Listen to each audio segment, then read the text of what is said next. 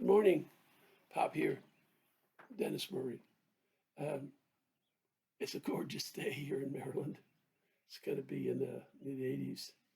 I have the window open and birds are chirping in the background. And I wanted to show you my coffee cup has butterflies on it. Um, Butterflies are the symbol of new life that the Organ Donor Society of New York gives to families whose loved ones died and donated their organs. So they're kind of special to me. My daughter, Bridget, was able to be an organ donor at her death. And in the midst of all the pain, it was life affirming that somebody's lives, several lives, were saved as a result of the loss of hers. Um, so I want to keep talking about what we were talking about yesterday about finding your own wisdom. Today is Popcast 18, and I'm going to call it Science for Some Things, Intuition for Others. Pardon me, I keep staring over here at my notes, and I'm going to try and stop doing that. There are some examples I'd like to start with because my kids and grandkids keep telling me that examples make things a lot easier to take. So, if you're on a jury, um, we're talking about proof beyond a reasonable doubt in a criminal case and the burden of proof in a civil case. So, in both cases, it's accepted that it's very unlikely that there's going to be a kind of certainty that science needs to build a rocket ship, um, or even to build a safe piece of elaborate machinery. Um, and but something more than just your gut instinct or intuition is called for. So it's the kind of thing where you pay attention, you use your intuition, you accept that in the great majority of cases the proof can't be beyond any doubt. So who caused the traffic accident? um, After listening to the police officer who investigated the scene and the the guys who were driving both cars, and maybe somebody from the highway department about whether the traffic light was working, um, you have to draw a conclusion. Well, this guy seems to have the better case. He seemed more believable, etc. So this is a hybrid. This is using your intuitions, paying attention to facts, trying to be as objective as possible. But also, if you make judgments on personal preference, if your preference is this guy looks like a liar and that guy looks like a truth teller, um, you're going to go with the truth teller. So, science for some things, intuition for others. And then there's a lot of things that are hybrid where, you're trying to be as objective as possible, but you understand that complete proof isn't possible. So you building a rocket, you're a rocket scientist, believe me, you're going to want everything to be as proven as possible. When a guy says if you put this much fuel in a rocket of this size and shape, it'll get to the moon safely and return. He better be able to prove it. And there's just no room for intuitions. It's funny though, in science, they often use intuitions to guide their research for what might be the next thing that they could discover or learn how to do. So in physics, um, you could investigate almost everything, but you don't have 10 lifetimes. You just have a piece of this lifetime. So you've got to make a speculation, an intuition, a guess as to what lines of research might be more likely to be fruitful.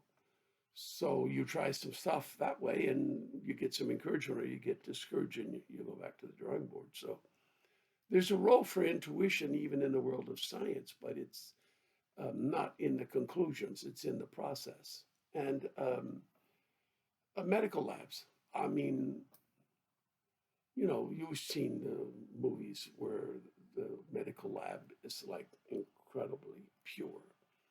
You have to go through a shower before you can enter, and when you leave, and you get sprayed down with all this stuff, and they put special clothes on you, and then they take those clothes off, and they, incinerate them, or put them through some kind of super hot, intensive cleaning process, etc. So, okay, those people are going to be applying science.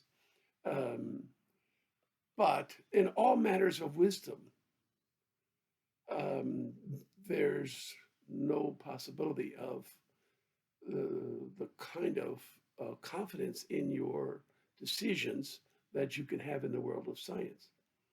Um, and intuitions is where religion comes from.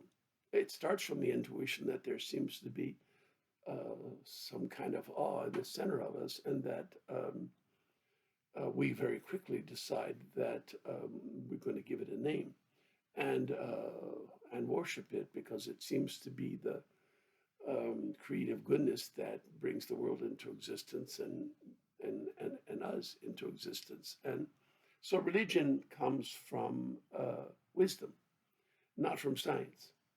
And philosophy and psychology uh, largely come from wisdom. Philosophy uses a lot of logic, but it starts with wisdom, it starts with intuitions. And the starting intuitions have an awful lot to do with how valuable the philosophy is. Um, what I'm doing essentially is creating new starting intuitions for modern philosophy, um, to make it more alive and more connected to the current world. Um, and psychology is a mix. Some scientists, some college professors are able to approach matters in the general world of psychology using uh, scientific methods to some degree. And they don't bother with those aspects of psychology that are deeper inside us that are resistant to the scientific method. The rest of psychology, like the part I'm interested in, the part that Jung has speculated about, is very much trying to figure out by intuition what must be going on inside us for us to behave the way we do. And you try to use logic, but you need to start with intuitions about, well, could it be this way? Could it be that way?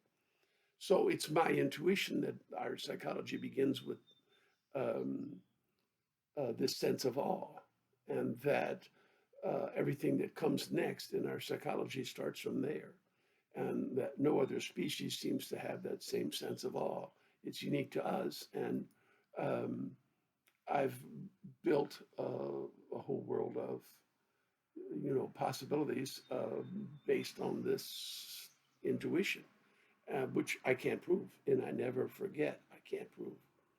Um, so, you know, in finding your own wisdom, you're in the realm of intuitions, and you need to look out for mistakes on your own part of assuming that what you're doing is science. So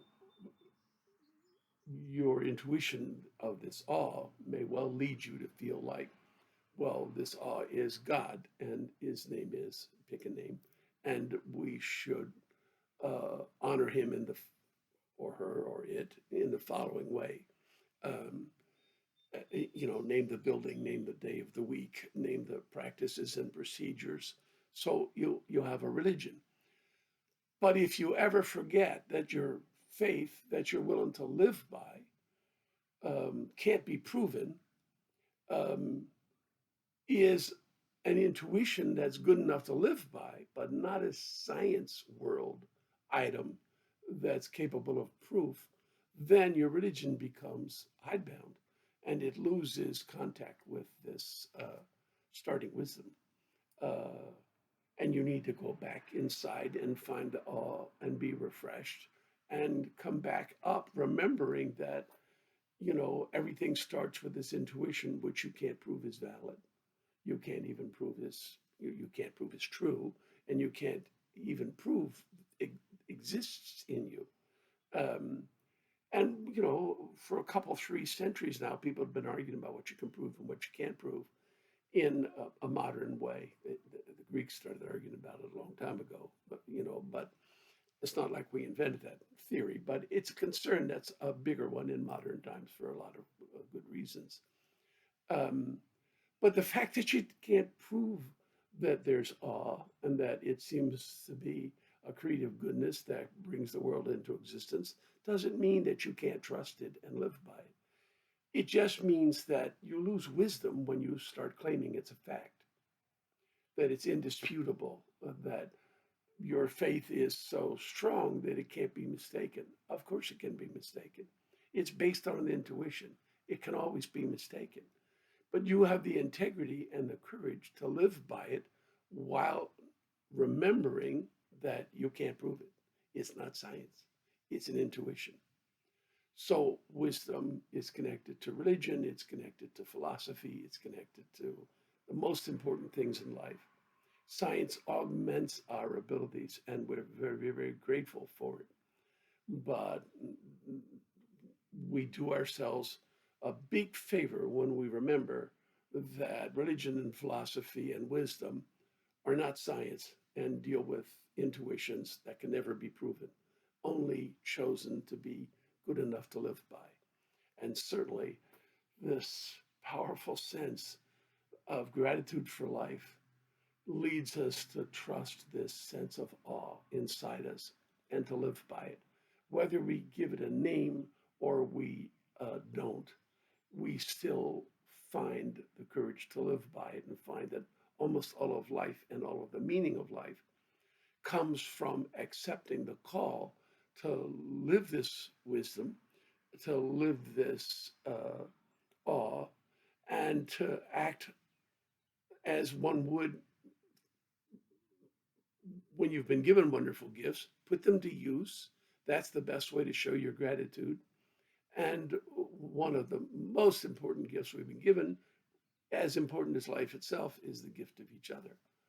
So that we have wisdom, religion, philosophy, life, all from this intuition. Just try and remember it's an intuition, it's not science. Okay, enough for today. Sorry if I sounded like a lecturer. I try to sound like I'm talking to family and friends, and I get carried away sometimes. See you tomorrow. Bye bye.